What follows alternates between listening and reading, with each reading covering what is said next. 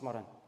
Энэ удаагийн манай зүүн бүсийн нэгдсэн чуулган маань Ноа шиг итгэлээр гэр бүлээ байгуулъя гэдэг үндсэн том сэдв дор явж байгаа. Энэ хүрээнд өчигдөр орой ухаан пастор маань үндсэндээ Ноагийн амьдралыг бүхлээр нь ярьсан. Өнөөдөр өглөө насаа пастор маань Ноагийн яг итгэлийг онцлон ярьсан. Харин надад өнөөдөр энэ орой Ноагийн гэр бүлийн мөрөглийг ярих сэдв оногдсон байнамаа. Тийм учраас би Эхлэл номын 8 дугаар бүлгийн 20 дугаар ишлэлээс 9 дугаар бүлгийн 17 дугаар ишлэгийг та бүгдийн өмнө унших гэж байна. За би чанга дуудан уншия. Эзэн зориулан Ноа тахилын ширээ босгож цэвэр амьтад бүх цэвэр шуудаас аваад тахилын ширээн дээр шатаал тахил өргөв.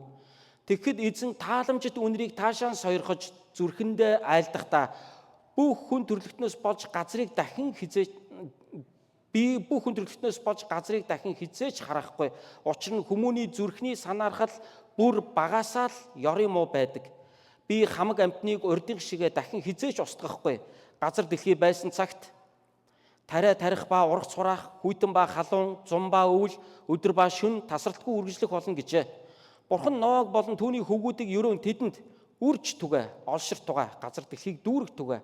Газар дэлхий дээрх араатан амьтан бүхэн, окторгын жигүүртэн шувуу бүхэн, газраар мөлхөгч бүхэн, далайн загас жараахаа бүхэн танараас айж имэн. Тэд та нарын гарт орох болно.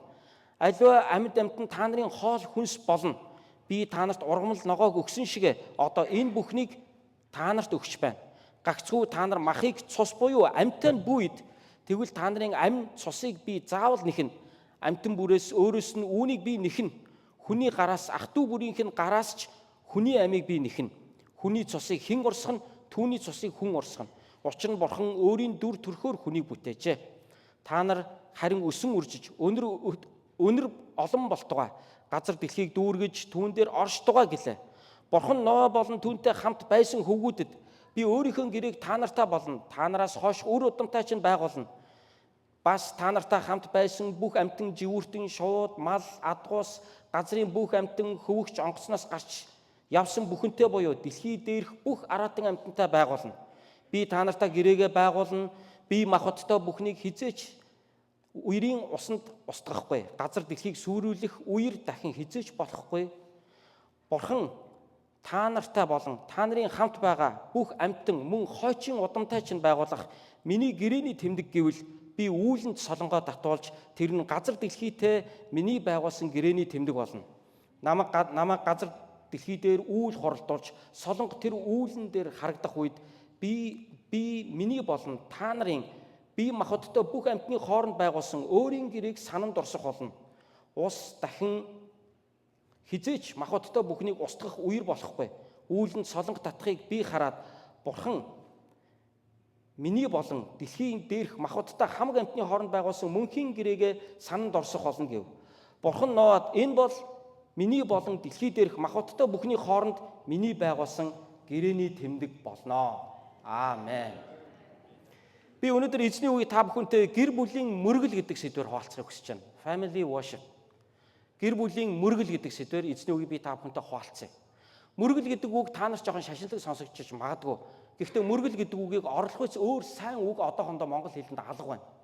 Яагад гэвэл worship гэдэг үгийг зөвхөн магтаал хүндлэл гэж орчуулбал нэг талыг барьсан учир дутагдaltaй орчуулга болдог. Энийг зөвхөн хүндлэл гэж орчуулах юм бол бас л учир дутагдaltaй болдог. Worship гэдэг үгийг зөвхөн нэг удаагийн цуглаан дээр хийдэг магтаалын хэсгээр зүүрлүүлж хэмжиж ярих ямар ч арга байхгүй. Харин хамгийн тохиромжтой сайн үг нь одоогоор Библиэд мөргөл гэдэг үг байгаа. Тийм ч учраас бидний хэрэглэдэг Монгол Библиэлд үнэн мөргөгчд сүнс ба үннээр мөргөх цаг ирж байна гэж бидний эзэн Есүс Христ өөрийнхөө шавь дагалдагч нарт зааж сургасан байдаг. Тийм учраас зүгээр нэг магтан дуудуулахаас илүү, зүгээр нэг хүндлэлээ илэрхийлэхээс илүү бидний Бурханд мөргөж байгаа мөргөл гэдэг энэ үгийг би хэрэгжилж, ашиглаж ярих болно. Үгийнхээ утга учирыг бид нар илүү сайн ойлгох юм бол энэ үг та нарт илүү их үн цэнтэй, илүү их утга учиртай байж чадна гэдэгт итгэж байна. Ер нь Христ итгэж хүний мөргөлийн амьдрал 3 төвшөнд хуваагддаг юм болов гэж би хувьдаа боддог. Нэгдүгээрт тэр хүний чуулган дахь мөргөлийн амьдрал. Хоёрдугаарх нь түүний хувийн мөргөлийн амьдрал. Энэ хоёр зүйл дээр бүхий л итгэгч нар ер нь бол сургагдаад сайн явж байгаа. Анх сайн мэдээ сонсоод цуглаанд ирж хахад яг чуулганыхаа түвшинд бид нар мөргөл хүндэтгэлийг өргөж эхэлдэг, суралцж эхэлдэг. Мэдээж чуулган дээр ирэх үедээ л магтан дуу дуулна. Чуулган дээр ирэх үедээ л эзний үгийг сонсно, залбирна, эзэнд өргөлөө өргөн, босод итгэгч нартайгаа нөхөрлөн, эзний өмнө зогсно, эзний ивэл өрөөлийг тэр цаг үед хүртэнэ. Ингээд чуулганы мөргөлд бол бид нар тэр үеэс эхлүүлэн суралцж эхэлдэг. Аажимдаа бид сүнсээр, итгэлээр өсхийн хэрээр нэг зүйлийг ойлгодог нь хувийн мөргөлийг бас бид нар хөгжүүлэн суралцах ёстой байна гэдгийг ойлгож эхэлдэг. Тийм учраас чуулганы пасторууд маань, багш нар маань, итгэлийн ах эгч нар маань бидэрт бас юу гэж зааж сургаж ирсэн бэ гэхээр хуваараа ганцаараа хэр их Библийг уншиж байна, хэр их магтан дуулдаг вэ, ганцаараа хэр их эзэнтэй цагийг өнгөрүүлж байна гэж асууж эхэлдэг. Ингээд ер нь бол ганцаараа хувийн бурхантай харилцах цагаа бас гаргаж явах ёстой байна гэдгийг ойлгож эхэлдэг. Ингээд сайн итгэгчийн өсөж байгаагийн хоёр дахь нэг шинж тэмдэг нь бол энэ хоёр дахь мөргөл буюу хувийн мөргөлийг гаргаж эхэлдэг.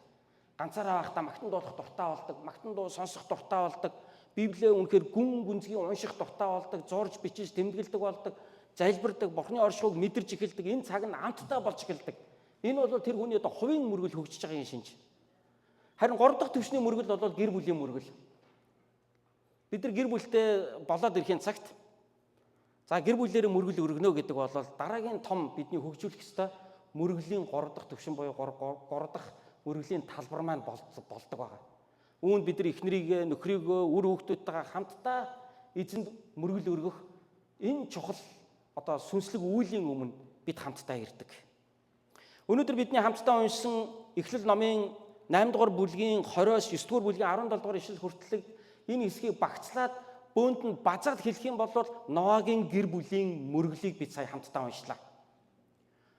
Хоёр эрен үеийн заагдар амьдарч исэн цорын ганц гэр бүл, хуучин шинийн холбоос болсон цорын ганц гэр бүл, хүн төрлөختөн устж үгүй болоод байгаль дэлхийн оронгороо эргээд цаг үр өөрчлөгдөөд хүний амьдралын хоол хүнс хүртэл өөрчлөгдөөд амьдралын хэв маяг ч гэсэн шал өөр болж ирэх тэр цаг үед үхэл махбодтой бүхэн үхэж үрэгдсэний дараа зөвхөн хөвгч онгоцонд байсан 8 хүнтэй гэр бүл тэдний оруулсан цэвэр болон бозар янз бүрийн амьтангууд хососоор орсон цэвэр амьтад нь болохоор илүү 7-7-ороо орсон байдаг тийм ээ. Эдгээр бүгдээрээ дахин гарч ирж дэлхийг бол дахин эхлүүлсэн. Дахин хүн төрөлхтний түүхийг дахин эхлүүлж байгаа. Хүн төрөлхтний түүхийг дахин эхлүүлж байгаа энэ зангилгын цаг мөчид тэд мөргөлөөр амьдралыг эхэлж байгаа. Тэд шинэ эхлэл дээр тэд шинэ эхлэлийн анхны үсгийг, анхны алхмыг тэд бурханд мөргөлөөр эхлүүлж байгаа. Тэд амьдралын шинэ гараагаа, хуучны төгсгөлт, шинийн эхлэлийн энэ хооронд тэд бурхнаас зурж байгаа. Тэд эзний нэрийг дуудаж байгаа. Эзэнд тэд өргөл тахлуудаа өргөж жинхэнэ хүндлэл мөргөлийг энэ гэр бүл өргөсөн.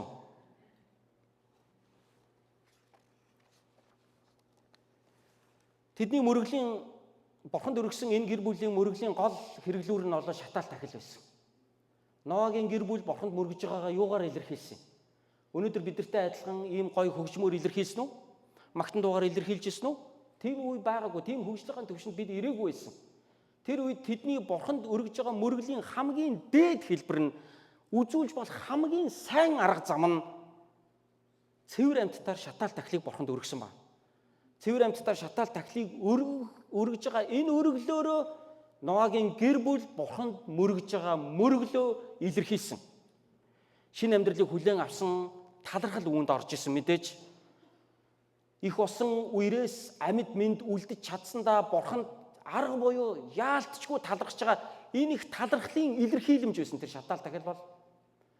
Энэ усан үерийг амлсан амлалтынхаа дагуу өгөөд буцаагаад усан үерийг татруулаад тэдэнд газар дэлхийг буцааж өгөөд тэдэнд шинэ амьдралыг өгч байгаагаараа бурхан хичнээн итгэмжтэй юм бэ гэдгийг тухайн цаг хугацааны туршид Ноа болон түүний гэр бүлийнхэн харахтаа түүнд алдрыг өргөж магтсан магтаалынх нь илэрхийлэмж нь энэ шатаал тахил байсан. Мөн алс ирээдүйн амьдрал үр хүүхдүүдийнхаа үржиж олшрох ач гоч хүн төрөлхтний дараагийн тэлэлтийн төлөө алс ирээдүйнийхаа төлөө амьдралын сайн сайхныхаа төлөө бурханд даатгаж залбирсан ирээдүйн итгэл найдварынхын илэрхийлэл нь энэ шатаал тахил байсан. Тэдний хувьд шатаал тахил ямар утгатай байсан бэ? Бурхан талархсан талархал байсан. Бурханыг магтсан магтаал байсан. Бурханаас эмээж байгаа эмээлтийнх нь илэрхийлэмж байсан. Ирээдүйн амьдралаа үр хүүхдийнхээ хувь заяа цаашдын хойч үеийн эзэн даатгаж байгаа сүсэглэл залбирал нь үүнд шингэсэн байсан. Тэдний хувьд мөргөлийн хамгийн чухал хэрэглүүр нь энэ шатаал тахил болж гисэн. Тэгэд энэ шатаал тахлынхаа үеэр дуудуулсан уу? Эсвэл залбирсан уу? Ирээдүгөө бурхан даатгаж залбирсан уу? Ноа үр хүүхдүүдийнхаа өмнө бурхан төлөөлөөд яг юу гэж хэлсэн тухай юу ч яриаггүй. Зүгээр л цэвэр амьтдаар шатаал тахил өргөлөө л гэсэн. Тэгэхдээ энэ бүх шатаал тахлын ард Ноагийн зүр сэтгэл нь явж байгаа. Энэ бүх шатаал тахлын ард энэ гэр бүлийн бурхны хүндлэл нь явж байгаа. Энэ бүх шатаал тахлын ард бурхан энэ гэр бүлийн бурхнаас эмээж байгаа эмээлт нь, залбирж байгаа залбирал нь, магтж байгаа магтаал нь, талархж байгаа талархал нь, биширж байгаа бишрэл нь энэ бүгдийн ард явж исэн байна. Бидний хувьд өнөөдөр бурханд өргөж байгаа мөрөглийн маань гол шатаал тахил бол бидний эзэн Есүс Христийн үхэл ба загалмай дээр цовдлогдсон насаараа дахин амьсан амьлалт нь болж өгдөг. Учир нь Есүс Христ энэ цаг үед бидний цорын ганц цэвэр тахил маань болдго юм аа. Еврейчүүдийн уламжлал шашны хувьд тэд нар гим нүглээ жилийн жил дуушлуулахын тулд тэрүүн тахилч дээр очиж олон янзын тахилуудыг удаа дараалан өргөж тэгсэн ч гэсэн хизээж асуудал нь төгс шийдэгддэггүй байсан. Харин бидний эзэн Есүс Христ ирснээр Есүс Христээр дамжуулан Есүс Христ өөрийнхөө биеэр бидний төлөө нэг удаа төгс тахил болж гисэн байна. Тийм учраас дахин амтан алж, дахин амтны цус урсгаадах ямар шаардлагагүй болсон. Тэр олон мал амтны цусыг Есүс Христийн гимгүй ариун цус орсон. Энэ үүнийг нөхсөн, үүнийг бүрэн төлсөн баг. Ийм учраас Есүс Христ гэдэг үнэн цэвэр, ариун, гимгүй, жинхэнэ шатаал тахилын дотор өнөөдөр бидний мөргөл өргөгддөг учиртай. Бидний мөргөлийг бурхан хүлээн авах ямар баталгаа байгаа. Есүс байдаг. Ноа болон түүний гэр бүлийнхний шатаал тахилыг тэдний мөргөл хүндэтгэлийг бурхан хүлээж авсны гол хэрэглүүр нь юу байсан? Тэр шатаал тахил байсан. Тэр шатаал тахилыг авах үед бурхан тааламжит үнэрийг үнэрлээд тэдэрт амлалтаа өгж байгаа. Тааламжит үнэрийг үнэрлээд гэж энэ дэр хэлсэн шүү. Тэгэхэд эзэн тааламжит үнэрийг таашаа сойргож зүрхэндээ айлдахдаа гэд бурхан цаашаа ярьж байгаа. Тааламжит үнэрийг энэ шатаал тахилаас авсан. Өнөөдөр бидний бурханд өргөдөг хамгийн тааламжтай тахил бол Есүс Христ өөрөө.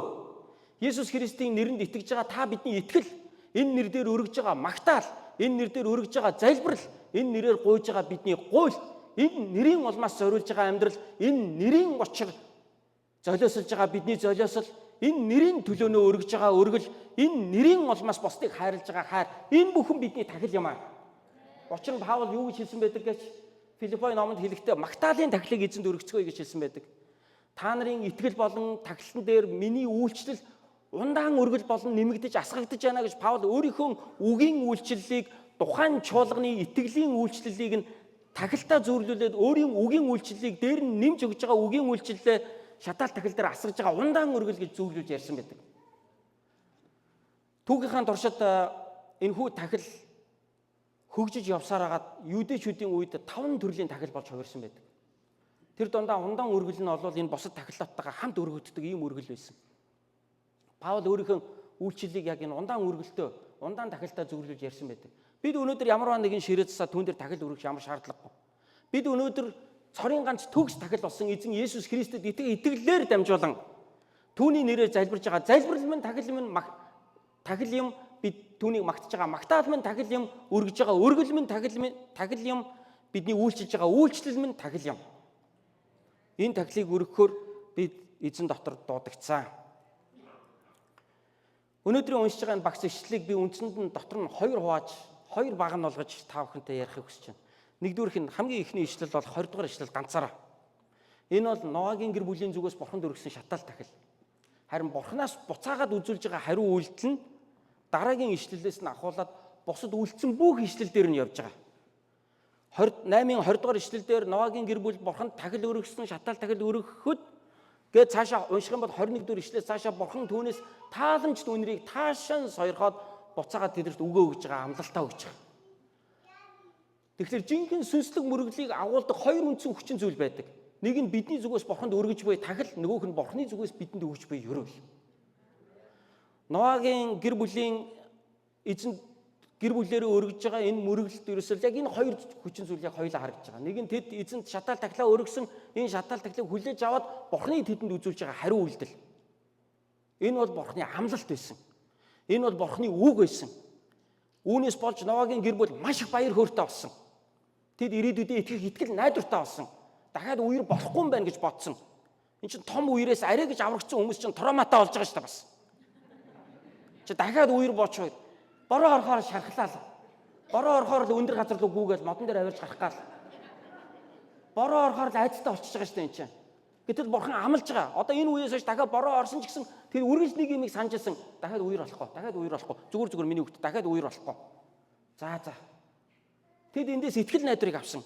Тэд эндээс урам зориг авсан. Тэд эндээс алсын хараа авсан. Тэд эндээс хүч чадлыг авсан. Тэд эндээс авралын баяр хөөр авсан. Тэд эндээс амар тайвныг авсан байна. Мөрөглийн үед бид ийм зүйлийг зүрхэндээ мэдэрдэггүй гэж юу? Бид эзэн Есүс Христийн нэрээр хамтдаа цуглаад энэ ариун нэрийг дуудан, энэ ариун нэрээр дамжуулан Есүс Христэд итгэлээрээ дамжуулан бид бурханд талархал, магтаал, хүндлийг өргөхүүд буцаагаад бурханы амлалт бидэнд ирдэггүй гэж юу? Номлолоор дамжуулаад бидний залбирал дотор ариун сүнс бидний зүрхэнд ярьдаггүй гэж юу? Биднийг тайвшруулдаггүй гэж юу? Олон хүн цуглаанд ирээд Есүсийн тухай тийм сайн мэдгүй. Гэхдээ аюу амар тайвныг би мэдэрч байна гэж ярьдаг. Энэ чинь тэр бурхны оршихуйд орсныг шинж тэмдэг байхгүй юу? Өөр Хангай аймгийн Батүлжийн суманд бид нар чуулганд хараад гитар байхгүй. Хөгжмийн зэмсэг хэрэглэл байхгүй. Магтан дууны баг байхгүй. Би урд нь гараад хідэн дууны үг хэвлээд өгсөн. Тэгээ нөгөө дуунуудаа дугаарлцсан. Дууны ном байхгүй. За тэдгээр дуугаа дуулъя гэдэг ингээд дуулдаг. Миний хувьд бол одоо хотын 100 гаруй хүнтэй сүмийн пастрыг одоо олон жил хончилж байгаа сайн магтаалын багтаа, хотын төвд байршилтай, олон гоё хүмүүс манай цуглаанд ирдэг. Цуглааны пастрын хувьд хөдөө суманд очоод нэг 10-20 хүн цуглуулад тэгээд нэг хайрцаг урдаа тавьж агаад тиймэрхүү маягаар дуулна гэдэг бол нэг мөрөглийн хамгийн ядмаг хэлбэр. Гэхдээ тэр цуглаанд олон шинэ хүмүүс ирээд тэр шинэ хүмүүсийн зарим нь ингэж гэрчилсэн. Яагаад цуглаанд чи дахин ирдэг болсон юм бэ гэж асуухад нутгийн нэг эмэгтэйсэн Сараа гэдэг эмэгтэй.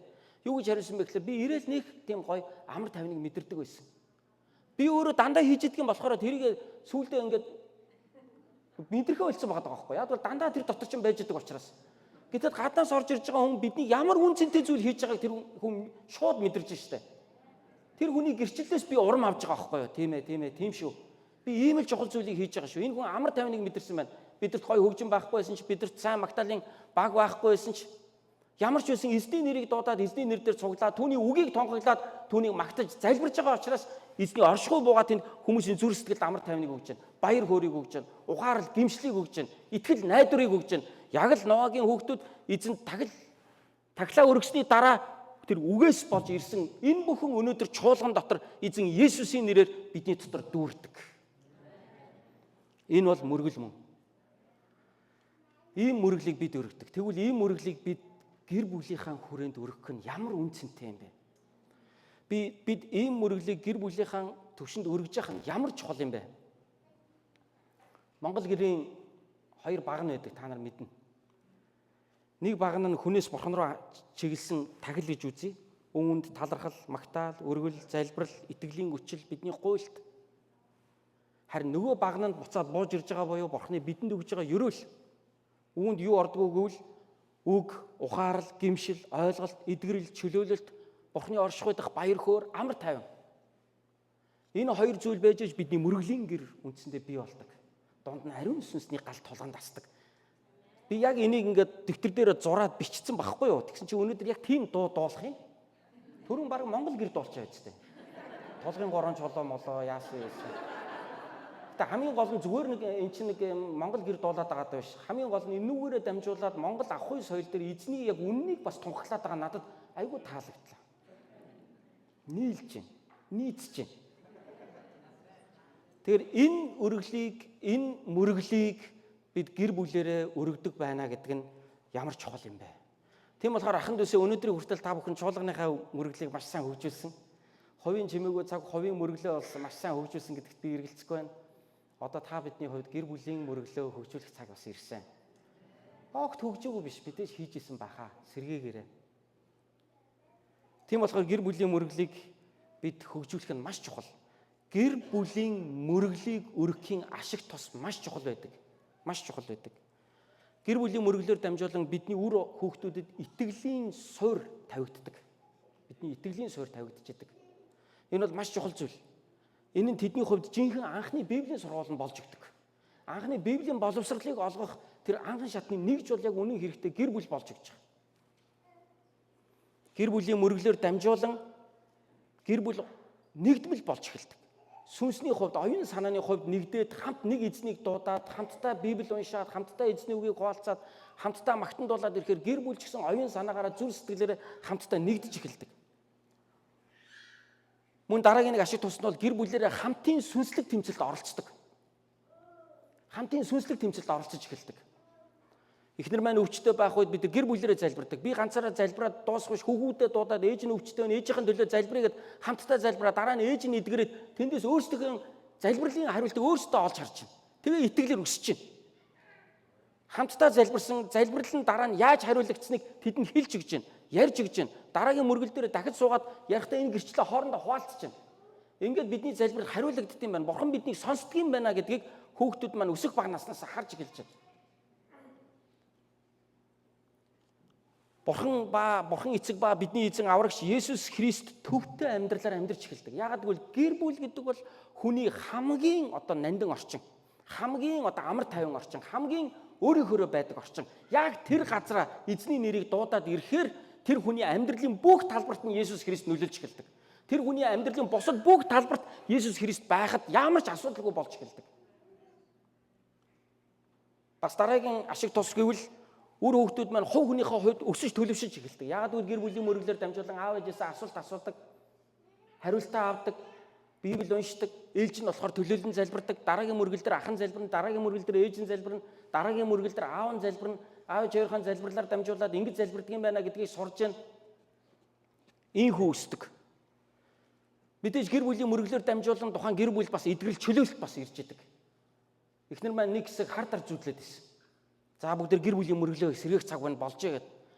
Хамтдаа магтан дууны номоо нээгээд 2 дуу дуулаад нэг бүлэг Библиэс уншаад тэндээс асуулт хариултын цаг гаргаад тэндээс сурсан зүйлсүүдээ ээлжирээ хуваалцаад тэр нь их зүйл байж болно, бага зүйл байж болно, тэр нь хамаагүй. Хамгийн гол нь хийж байгаа нь чухал байсан. Эзний үгийг уншиж байгаа нь чухал байсан. Мэдээ зөв сайхан зүйлийг ойлгон тэрийг би засаад өгөн, залруулад өгөн, урамшуулад өгөн, дэмжиж өгөн. Тэрнийхээ дагуу дараа нь хамт залбирсан удалгүй хэдэн удаа гэр бүлийн мөргөл хийгээд ирсний дараа эхнэр маань хар дар зүүдлэхгүй болчих жишээ нь. Мөргөлөөр дамжуулан бидэнд эдгэрэл, биднэрт чөлөөлөлт ирж хүүхдүүд байна. Сүнслэг тэмцэлд хамтдаа суралцаж, хамтдаа өсөж, өндийж байдаг билээ. Тэгэхээр Ноа гэр бүлээрээ эзэнд өргөсөн. Яг бид нар нарийн унших юм бол Ноа авдраас бууж ирээд, хөвгч онгосноос бууж ирээд гэр бүлийнхнийгаа цуглуулад за хамтдаа тахил өргөнө гэж хэлээд тэгээд тахил өргөхт нь эргэн тойронд нь 3 бэр тэгээд эхнэр нь ингээ наймуулаа тойроод зогсож баа гэж юусэн энд хэлээгүү. Гэхдээ мэдээж тэд нар хамт байсан гэж бид итгэдэг. Энэ бол ойлгомжтой зүйл. Яагаад гэвэл Библи заримдаа яг таг үгээр нь хэлээгүй ч гэсэн логикийн хувьд утга зохиолын хам сэдвийн хувьд ойлгох юм бол маш ойлгомжтой зүйлсүүд маш олон байдаг. Тэд мэдээж хөвгч онгосноос газар дэлхий дээр хөл тавьсныхаа дараа бүгд баярлсан. Тэд хамгийн түрүүнд бурхандаа мөргөл өргөсөн. Мэдээж хажууд нь ихнэр хүүхдүүд нь бэртэйгээ байсан. Үүн шиг чухал зүйл тухайн үед тэдний хувьд бол байгаагүй. Тийм учраас энэ мөргөл нь өөрөө Ноагийн 3 хүүхдэд бурхныг зааж өгсөн. Энэ мөргөл нь өөрөө Ноагийн 3 хүүхдийн итгэлийн амьдралын замыг цааш нь зурж өгсөн. Ноагийн 3 хүүхдийн итгэлийн амьдралын суурийг тавьж өгсөн. Ноагийн 3 хүүхдийн бурхныг мэдэх мэдлэгт нь суур болж өгч байгаа. Тийм болохоор гэр бүлийн мөргөлийг хийцгээе. Бүгдээ эргэн тойрныхаа ах дүүстэй гэр бүлийн мөргөл гэж хэлцгээе. Конференц дээр чи ингэж хэлдэг үстэй.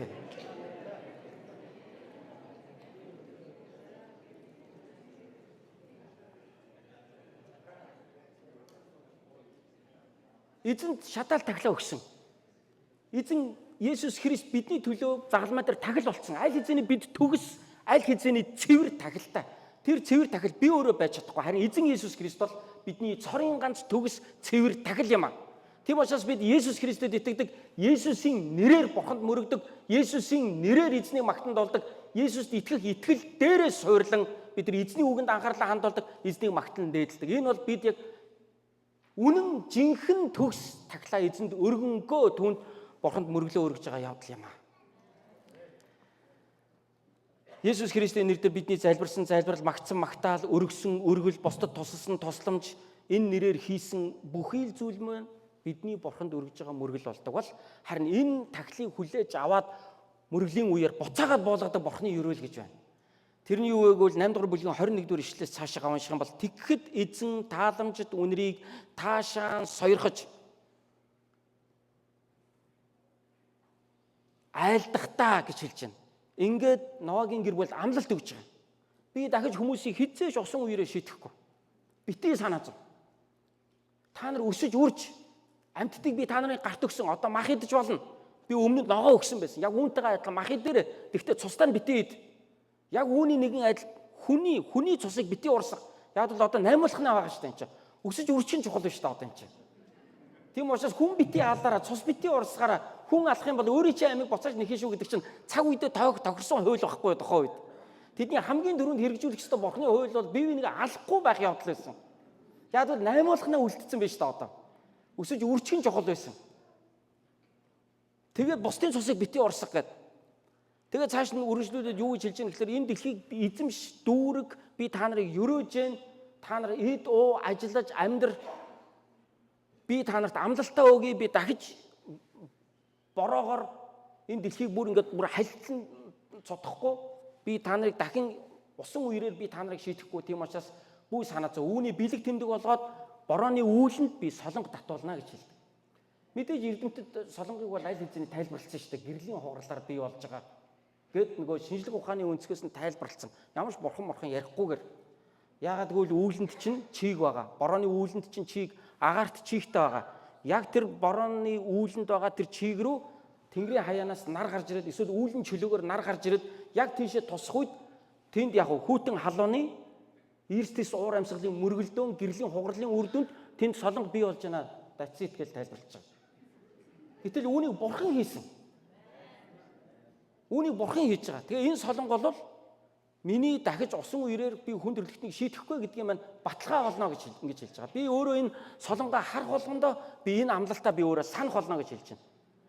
Мөрөглөөр дамжуулан бурхан амлалтаа өгч байна. Мөрөглөөр дамжуулан бурхан үгээ хэлж байна. Мөрөглөөр дамжуулан Ноагийн гэр бүлийнхнийг тайвшруулж өгч байна. Мөрөглөөр дамжуулан тэднийг авралын баяр хөөргийг тэдний зүрхэнд цутгаж өгч байна. Мөрөглөөр дамжуулан тэднэрт алсын хараа өгч байна. Цаашдаа ингэж амьдр энийг идэж уу. Тийм биз дээ. Ногоо иддэг шиг мах идэж болно. Тэгээд өсөж үрж олон бол тариа ногоогоо тарь. Ингээд миний амлалтыг сан энэ үнд итгээ цаашаа амьдр гэд. Энэ гэр бүлийн хувьд үнэхээр агуу зүйлийг өгдөг. Бид мөрөглийн үеэр бурхны үгийг авдаггүй гэж юу. Тийм учраас пасторууд мөрөглийн үеэр бидэрт үргэлж эзний үгийг номлодог. Яг л бид магтанд бол залбирсан бол одоо буцаагаад бид бурхны үгийг сонсох хэрэгтэй байдаг. Тэр бурхны үгийн суралцах цагаар дамжуулан эзний амлалтыг бид санаж яадаг. Библиэлд амласан эзэн Иесус Христийн нэрээр амласан олон амлалтуудыг бид санаж яадаг. Мөн тэр мөрөглөөр дамжуулан бид тайвширч яадаг. Бидний зарим нь эдгэрч байдаг. Бид маш их амар тайвныг олж авч яадаг. Амьдралын мэрэгэн ухааныг суралцаж байдаг. Тэгээд гарч ичээд би ингэж ажиллах хэрэгтэй байна, ингэж амьдрах хэрэгтэй байна, бусдад би ингэж хандах хэрэгтэй байна гэд амьдралдаа хэрэгжүүлэхээр бид нар гарч явдаг биш үү? Яг л энэ элемент өнөөдөр бидний амьдралд чуулганаар дамжуулан, бидний аврагч эзэн Есүс Христээр дамжуулан яг л энэ элемент хэвээр сүнснийхээ хувьд яг хүчин төгөлдөр өнөөдөр бидний амьдрал хэрэгжиж байна. Энэ бол жинхэнэ мөргөл мөн. Тийм учраас мөргөлд ач холбогдол өгөөрэй. Тийм учраас мөргөлийг чухалчлаарай. Мөргөлийн хүчинд итгээрэй. Мөргөлөөр дамжуулан бид чөлөөлөгддөг. Мөргөлөөр дамжуулан бид уучлж чадахгүй байсныгаа уучлдаг. Мөргөлөөр дамжуулан бидний сэтгэл санаа тайвширдаг. Мөргөлөөр дамжуулан авралын баяр хөөр орж ирдэг. Мөргөлөөр дамжуулан бид ятгагддаг. Мөргөлөөр дамжуулан бид ямар муухай бузар байснаа ойлгодог. Мөргөлөөр дамжуулан бид заримдаа эзэн болж гин хүмүн чи сайн байгаа шүү гэж магтаж байгаа юм шиг санагддаг. Миний яг хийж чадж байгаа зүйлийг пастрын номлол яг баталж өгдөг. Тэндээс яг ариун сүнс намайг урамшуулж байгаа маа гэж би ойлгодог. Заримдаа миний хийхгүй байгаа зүйлсүүдийг хийхийг маань сануулдаг. Яг энэ үед эзэн надад хэлж яана гэж би ойлгож хүлээж авдаг. Заримдаа зэмлдэг, заримдаа эзэн биднийг шүүмжилдэг. Гэхдээ зүгээр эцсийн дүндээ суур нь бид амар тайван байдаг. Суур нь бидэнд авралын баталгаа байж идэг. Суур нь бидэрт ариун сүнсний баяр хөөр байж идэг. Яг л энэ зүйлийг та үр хүүхдтэй, өөрийнхөө гэр бүлдээ одооноос мэдрүүлж өгөх тэр цаг нь болсон. За тэгвэл номлолынхаа төгсгөлд бид гэр бүлийн мөрөглийг хэрхэн үр дүнтэй хийх вэ гэдэг дээр би нэг хэдэн чухал аргыг та бүхэнтэй хуваалцъя. Энэ маш энгийн хэдэн зүйл. Гэхдээ хүн хэлхээс нааш цаас чичгээс нааш. Тийм учраас би одоо үүнийг хэлхэн зүйтэй гэж бодож байна. Хамгийн нэгдүгээр гэр бүлийн мөрөглийнхаа тал дээр цаг гарган төлөвл. Бодоол яваад байдаг. Яриад яваад хамт залбирахын юмсан айлын өгдөө даа гэчихэд уцаа маажаад агаад харж байна. Тэгээд ерөөсө залбирахгүй л байгаа байхгүй юу. Өө яли Библийг уншиж гэнэ үү гэж зургатаа хараад хитээд ахаар одоо юунаас эхлэх юм? Хамгийн түрүү юунаас мэдээд байна, тийм үү? Энийг мэдээд байна, ятгагдаад байна. Заримдаа энийг хийж чадахгүй байгаадаа бүр өөрийгөө заримдаа бид нар буруутгачдаг бүр. Тэг яах ёстой? Босоод одоо төлөвл 7 хоног болгоны нэг өдрийг сонго. Тэгээд тэр өдрийнхөө орой бүгд ажиллаа тараад дугуйлын сэгцгүй. Хин яг бүгд цугладаг тэр өдөр нь аль өдрийн яг тэр өдрөө суугаад энэ номыг сонгоод энэ нэг бүлгийг уншаад нэг 2 юм уу 3 магтан дуугаа дуулаад ээлжил залбираад тэгээд ингээд явнаа гэд ингээд төлөвлөчих. Тэгээд календар дээр тэмдэглэчих. Ремайнд дээр тавьчих. Эн чинь өөрөө хийх одоо маш том хүч нөлөө болж өгдөг. Яг л та төлөвлөсөн учраас үнийг хийж эхэлдэг гэсэн утгатай. Гэр бүлийнхаа мөрөглийг төлөвл. Гэхдээ хэмжээ хязгааргүйгээр төлөвлөчөөд тэрийг биелүүлж чадахгүй бас хямрах бас хэрэггүй. Яг л бид нар алаад өгнө гэдэг амар төлөвлөө ачдаг. Тэгээ нөгөөгөө 2 хийгээд 3 7 хоног хийгээл тэгээд мартсандаа өөрийгөө яллаад ингээл тэгээд банцсан үүрэндээ ингээ явцдаг. Тийм учраас яг үнэхээр огт хийхгүй ингэж явсан дорвол тодорхой нэг номыг сонгоод тэр номоо дуустал явнаа. Хэсэг завсарлаж байгаа дараагийн номоо сонгоод тэр номороо дуустал явнаа гэд дундаа паузтай явах юм бол та өөрийгөө буруутгахгүй огт хийхгүй байснаас дээр ядаж хийгээ явж байгаа байхгүй. Тийм болохоор өглөө гэр бүлийн библи судлал, эсвэл хаврын библи судлал, эсвэл зуны библи судлал, эсвэл зун бүгдээрээ тараад Монгол Жонгол яваад ийшээ тийшээ волонтер хийхэд ингээ явчдаг юм бол зун бити төлөвл. Тэгээ төлөвлөчээр хямраад ах хэрэггүй шүү дээ. Буруу үеэр буруу юм төлөвлөж хачаад тэгээ байхгүй байгаа нөгөө хэдийгээ загнаад ингээ одоо ястаа нэрэ бурханд хайргүй юмнуу та нар манар гэд ингээ өөрийгөө шамраагаад нөгөө хэдээс шамраагаад ах шаардлагагүй. Бага үеэр нь ухаалаг төлөвлөлт хий. Ухаалаг төлөвлөлт хийх юм бол дараа нь чи буруутгал байхгүй. Энд чинь хүүхдэд чинь эн чинь шашин болж харагдахгүй. Чин сэтгэлийн мөргөл болж харагдах болно. Хоёрдугаар бэлтэг. Гэр бүлийн мөргөлдөө бэлтэг. Библийн ямар номоос унших юм, ямар магтан дуу дуулах юм, ямар асуулт хариулт тавих юм. Тэгээд залбирлын сэдвүүд юу байгаа юм. Өнөөдөр хэн төлөөлж залбирах юм. Аав нь бүлгээ уншаад ээж нь төлөөлөн залбираад хүүн магтан дуугаа дуулах юм уу? Хиний дуртай дуугийн дуулах юм. Дараагийн удаад доржийн дуртайг дуугийн дуулъя. Дараа нь аав нь дуртай дуугаа дуулъя. Ингээд өөрсдийнхөө дууг дуулъя. Бэлтэг. Шаардлагатай бол үүн дээр пастраасаа зөвлөгөө ав. Библийн багшраасаа зөвлөгөө ав. Ямар номоор яаж одоо библи судлал хийх вэ гэж бод. Тэг бүр амар гүнзгий судлал хийн гэж битгий хүлээ. Маш энгийн унш. Тэгээд логикийн хувьд ойлго. Тэгээд түүнээсээ хэрэгжүүлж чадхаараа чад тэрийгэ босдтойгоо хуваалц. Ингээд болоо эн чинь хөгжөөд яв. Ингэж бод. Хитрхи өндөр төвшөнд, хитрхи гүнзгий төвшөнд бид нар бодоод тэндээ хүрч чадахгүй болохоор бид нар файлддаг. Гэр бүлийн мөргөл дээр тодорхой нэг сэдвийн дагуу хамтдаа залбирсан бол тэгээд дараа нь тэр залбирлын чинь хариулт ямар нэгэн байдлаар ирсэн бол дараагийн мөргөл дээр тэрийг дүүнж ярьжээ. Тэр залбирлын сэдвээ тэгээд авцсан шүү. Хүүхдүүдээ мэдчээрээ бид нар залбирч байсан шүү дээ. Авцсан тэгээд болцсон шүү дээ гэдгийг ингээд заавал эргээд дүүнжээ. Энд чинь өөрөө эргээд бурхан таны амьдралд юу хийж байгааг маш тодорхой харуулж өгдөг. Эндээс чинь хүүхдүүд чинь итгэлээр өсөж эхэлдэг. Яг л бид залбирч байсан болцсон биз дээ. Дүгнэлт байхгүй мөргөл бол тэгээд ингээ хийгээлэдэг юу ч болоод байгаа мэддэхгүй. Дүгнээд яв. Залбирлын сэдвээ авсан бол тэрийг гэрчлэх боломжийг олгох. Ямар залбирлын сэдвээ авсан? Юуны төлөө залбирсан? Тэр нь яаж болсон? Эсвэл болоогүй байгаа юу? Энийг эргээд дүгнэж ярь. Библиэс уншихдаа тодорхой багцлалаар нь сонгож аваад ээлжлээд уншиж болно, ээлжлээд залбирч болно, ээлжлээд хуваалцж болно, хүн болгоноор яриулж болно, ойлгохгүй юм асуух, орон цагийг нь олго, түүнд нь буруутгалгүйгээр хариулаад өг, чадлахын хэмжээнд хариулаад өг, мэдхгүй бол мэдхгүй гэдгээ хэлээд пастраас асууж ирж байгаа дараагийн 7 хоногт хариулаад өгчих. Мэдхгүй дэ бантаад, ингээ шаналаад, ингээд одоо боли бүтэхгүй юм байна. Ингэ ерөөсө бодох хэрэггүй. Энэ бол хамгийн чухал зүйл. Боломжтой бол хаяа энэ гэр бүлийнхаа мөргөл дээр пастрыгаа урьжээ. Гэхдээ пастртаа гэр бүлийнхаа мөргөлийг даатгах хэрэггүй. Пастраа гэр бүлийн мөргөл тасарсан явж байгаа. Та ирэхгүй байх хайчуу. Өөртөө олцсон нөгөө пастор нь. Очиж мөргүүлдэг. Нөгөөх нь ингээд пастор нь ирэхээр ингээд мөргөж өгдөг бурханд юм. Ийм болж болохгүй. Та хаяа үүндээ пастрыгаа оролцож бижээж болно. Хаяа пастор чинь ирээд хамт ярилцаад тэр үед гэр бүлээр эзний зоог барьж иж болно. Энэ үнэхээр гайхалтай зүйл. Эхнэрийн маань олон жил өвчтөй байхад итгэлийн 2 3 ах эгчнэр маань надад тэгж зөвлөжсэн. Та нар гэр бүлээрээ эзний зоогийг 7 хоног бариач гэж. Би өмнө хизээч ийм сурж байгаагүй. Эний чи сүмдэр барьдаг. Эний чи пастор хийдэг. Юу гэр бүлэрээ эзний цог барих. Энэ надад аюу тийм сонин санагдчихсэн. Тэгээ би өөрөө пастор болохоор яага болохгүй гэж бодоод барьж эхэлсэн. Харин та пастор биш. Танаа чуулган таныг барьж болохгүй гэж үздэг бол зүгээр асуудал биш. Та пасторгаа өөрөө хийчих. Улиралд нэг удаа пасторгаа ураад гэр бүлийн мөргөл дээр эзний цогийг хамт барь. Энэ үнэхээр гайхалтай ёроолыг гэр бүл дээр чи авчирдаг. Энэ үнэхээр Есүс таны дотор, та Есүсийн дотор байгаа гэдгээ та маш хүчтэй мэдэрдэг ийм чухал зүйл. Гэр бүлийн мөргөлд хүч чадал байдаг. Гэр бүлээрээ мөргөх үед тэр гэр бүл дотор байгаа айдас байхгүй болдог. Гэр бүлээрээ мөргөх үед үр хүүхдүүд нь хартар зүүдлээд байгаа бол тэр байхгүй болдог. Гэр бүлээрээ мөргөх үед бид гэр бүл дотор маань амар тайван бий болдог.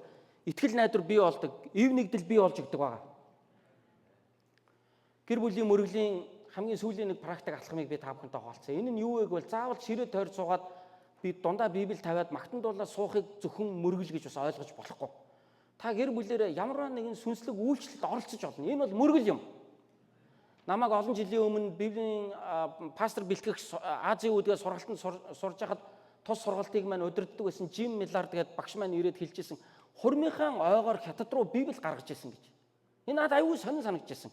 Бид ямар нэгэн гэр бүлийн холбогдолтой баяраараа аль болох өөрсдөө гоё ойлгох юмыг л хийдэг. Гэтэл тэр гэр бүл нэгэн удаа бүр 2 чамдаан Библи хятад руу гаргах гэр бүлийнхаа гэрлэлтийнхаа ойгоор хийжсэн гэж. Энэ нэг талаар бас бид яагаад бас ингэж болохгүй гэж.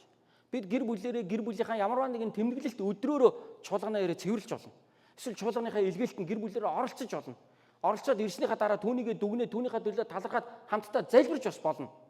Маш энгийн зүйлээс эхэлдэг гэдгийг би та бүхэнтэй хуваалцмаар байна.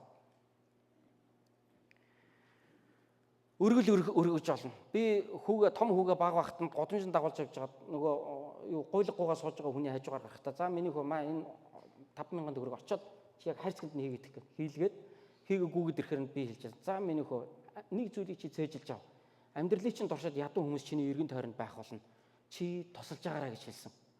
Одоо 21-т коллежийн 1-р курсын оюутан. Хаяа Манхаттан руу сургууль руугаа метрогоор явж байхдаа метронд гуйгаад сууж байгаа хүний хажуугаар зүрж өнгөрчөд мөнгөө яваад эргэж чад өгсөн гэж надад хэлжсэн. Энэ мөргөл.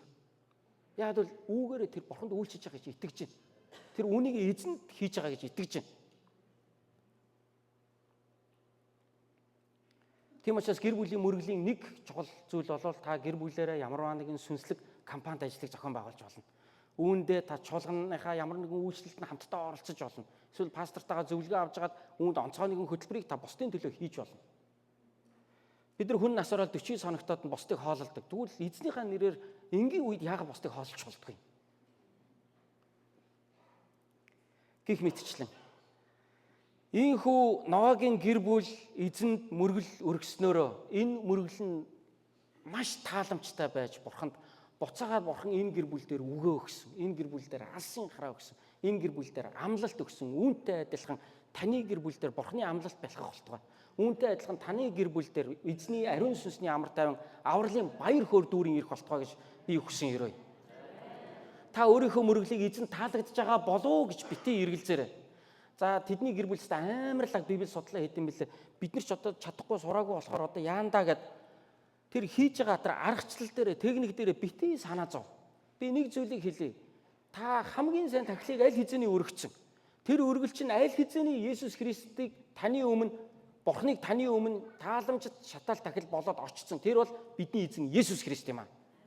Есүс Христийн нэр дор бид түүнд мөргөж байгаа учраас энэ нь тааламжтайгаар Бурханд очдөг юм аа. Та дууга буруу дуулсан байж болно. Та Библийг уншичаад сайн ойлгоогүй байж болно. Та сайн номлоогүй байж болно. Асуултанд нь та сайн хариулаагүй байж болно. Та эзний нэр дээр энэ цагийг хийж байгаа. Энэ цагийн чинь гол төв нь эзэн Есүс Христ. Тийм учраас энэ итгэлээр хийж байгаа учраас энэ итгэлийн улмаас очиж байгаа тахил чинь Бурханд угаасаа тааламжтай юм аа. Үүнийг өөр юу ч тааламжтай болгодоггүй. Таны Библийн өндөр мэдлэг, таны гой дуулдаг дуу хоолой ур чадвар эсвэл одоо өөр юу гэдгийг ямар нэгэн заншил уламжлал үүнийг илүү гоё болгодоггүй. Таны гэр бүлийн мөрөглийг Бурхны өмнө аваачдаг. Яг боддоор аваачдаг зүйл бол Есүс Христ өөрөө юм аа. Есүс Христ таны итгэл. Есүс Христ таны эзэн. Та энэ нэрийн улмаас түүнийг хүндэлж байгаа магтаж байгаа. Энэ бол жинхэнэ мөргөл байх болно. Эзэн Есүс Христийн нэрээр та бүгдийг өрөөе.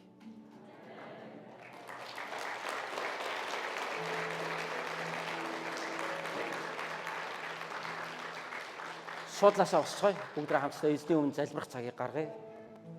Магтаалын баг маань үргэлжлүүлээд магтанд дуулах байх.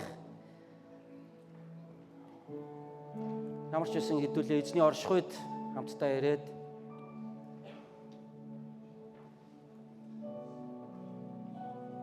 түүний өмнө хамтдаа залбирая. Би та нарыг өнөөдөр шийдвэр гаргаасаа гэж ятгаж байна. Гэр бүлийн мөргөл. Энэ мөргөл таны үр хүүхдүүдийн хувь тавилан өөрчлөх болно. Энэ мөргөл таны үр хүүхдүүдийг бурхантай эзэн Есүс Христтэй уулзруулан уулзуулах болно.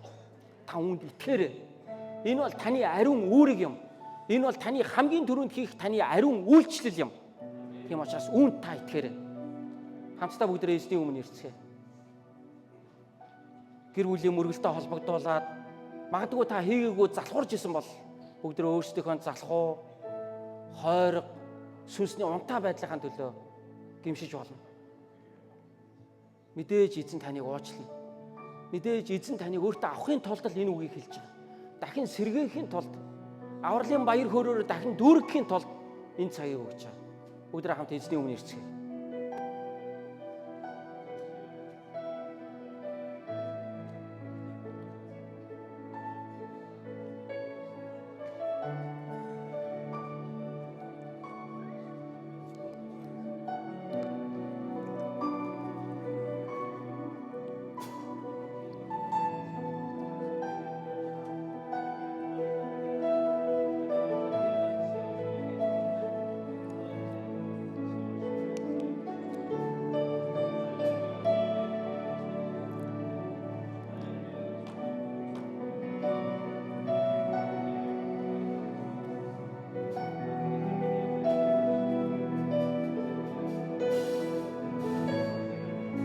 Бурхан Аава, бид эзэн Есүс Христийн нэрээр таны ариун оршихуйг өөрийн гэр бүлдээ дуудаж байна. Бурхан эцэг минь, бид таны хүү, бидний аврагч эзэн Есүс Христийн нэрээр өөрийнхөө гэр бүлийн гишүүдийг таны өмнө өргөж байна. Эзэн минь, таны таалал бидний гэр бүл дээр ирэх болтугай. Таны аврал, таны өршөөл, таны амлалт, таны үг, таны үнэн мэдлэг, таны хүч, таны хайр, таны нэгүсэл, таны эдгэрэл бидний амьдрал дээр дүүрэн ирэх болтугай. Есүс, бид таны нэрийг дуудан. Есүсийн нэрээр Бурхан эцэг бид таныхаа нэрийг дуудаж байна. Ариун сүнс минь та бидний гэр бүлийг ивээгэж. Бидний гэр бүлийн мөрөглөөр дамжуулан эзэн минь таны хаанчлал бидний гэр бүл дээр ирэх болтугай. Эвлэрлийг, эдгэрлийг, амар тайвныг, баяр хөөргийг бидний гэр бүлд авчраач. Эзэн минь танд мөрөгдөггүй. Эзэн минь таныг оошоодөггүй. Гэр бүлийнхаа хүрээнд таны оршихуйг дууддаггүй бол та биднийг уучлаач гэж гуйж байна эзэн минь. Бидний сүнсээр унтаа байсан, залхуу, хойрог байсан гэмнүлүүдийг та уучлаач гэж гуйж байна эзэн. Та бинтэж бидэнд хайртай. Та бидний гэр бүлийн минь хаан ширээнд та залраач. Та ариун сэнтигээс манай гэр бүлийг та өрөөгөөч. Та авралын гэрлээ манай гэр бүл рүү тусгаач. Гэр бүлийн минь хүн нэг бүрийн дотор та залраач. Та хаанчлаач. Гэр бүлийн минь эсрэг ажиллагч бозор моёрын сүнсний бүхий л ажлуудыг эзэн Есүсийн нэрээр яг одоо эсэргүүцэж байна. Бидний залбирахад саад болдог, таны үгийг уншихад саад болдог, таны үг дотор нэгтгэж минь саад болдог, таныг хамтдаа магтахад минь саад болдог. Аливаа махан биеийн хүсэл тачаал, аливаа бодлуудыг эзэн Есүсийн нэрээр бид өөрсдийнхөө амьдралаас зайлгаж тушааж байна. Есүсийн нэрээр бид эзний оршихуйг дуудаж байна. Есүсийн нэрээр бид эзний амар тайвныг тунгаглаж байна. Эцэг минь та биднийг дахин сэргээгэж гэж танаас гуйж байна.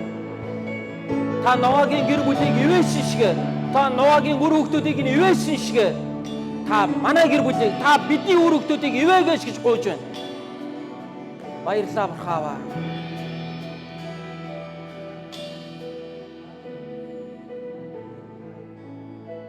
Эзэн Есүс Христийн нэрээр энэ бүгдийг талархалтайгаар таны өмнө залбирanгуй ярьлаа. Аамен.